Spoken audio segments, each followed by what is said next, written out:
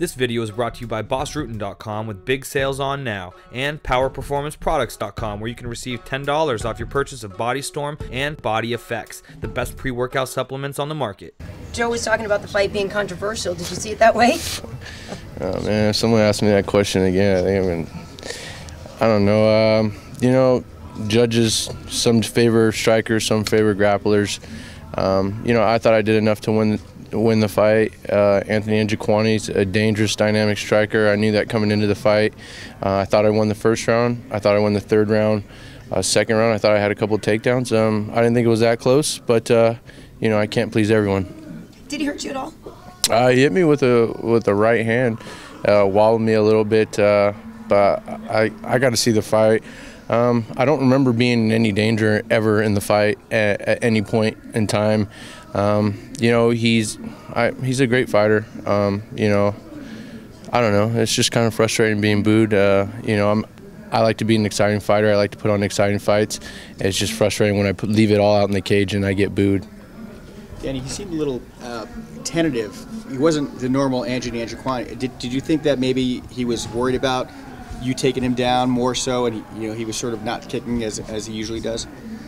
Well, I feel like I'm a tough fighter. I feel like I'm a strong fighter, and he respected my wrestling just like I respected the stand-up. You're gonna come across that a lot, and that's what makes this sport so exciting. You just can't. I don't know. You just can't.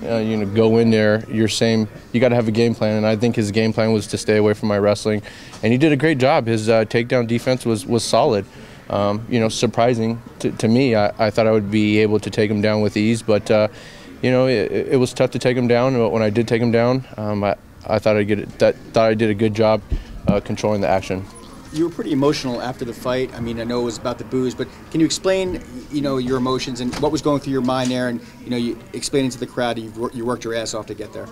Yeah, like I said, it's just kind of frustrating to me. I've had 4 fights in the UFC since March. 4 fights in the UFC. I'm not too sure there's too many other fighters that have done that.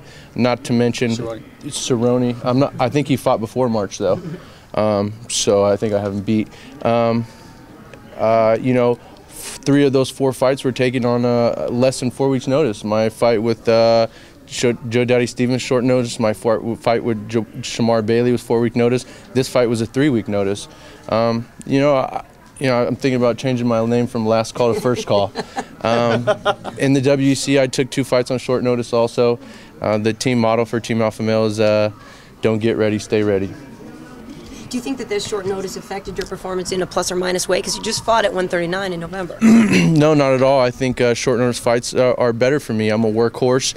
I stay in the gym all the time. In fact, I have to have coaches and teammates get me out of the gym, and my biggest problem is overtraining. So those short camps are almost better for me in a way, and less time to stress about things. It's just. I trained 3 weeks super hard, and the next week I pull back, and then bam, I'm 4 days away from a fight, ready to fight. Does being from the WEC and having any familiarity with Anthony Njokuani help at all with your preparation?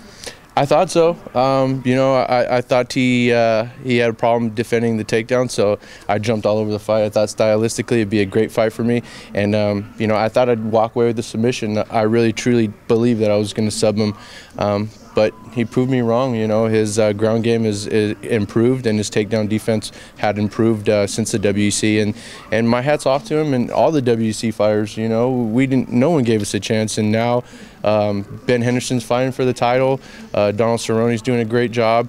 Shane Roller's in here, and I won 3 fights in the UFC where no one gave us a chance at all. So I'm proud of where I came from. I could honestly say the WEC is my roots, and it feels good.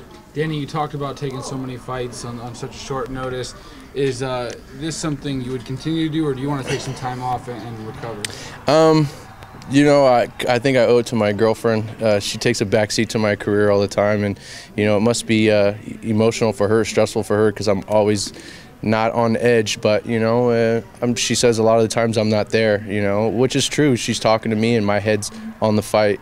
And you know, I'm planning to go lay on the beach somewhere with her for a week or so. But as far as not training or not taking a fight, that's not something in my future. I'm not getting any younger. I want to take fights, and you know, I want to be I want to be the best fighter at 155, and that's my goal and that's my plan.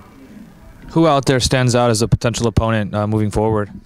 You know, I don't know. You know, I think maybe someone in the top 20 is going to be in my next fight. Yeah, I just want to improve. You know, whatever fight makes sense for me, I'll be all over it.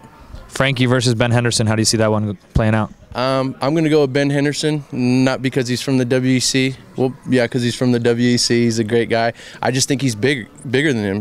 The guy's built like an avatar, you know. He's huge for 155, and I think, you know, his range and his length is going to be a little bit, you know, too much for Frankie Edgar to deal with.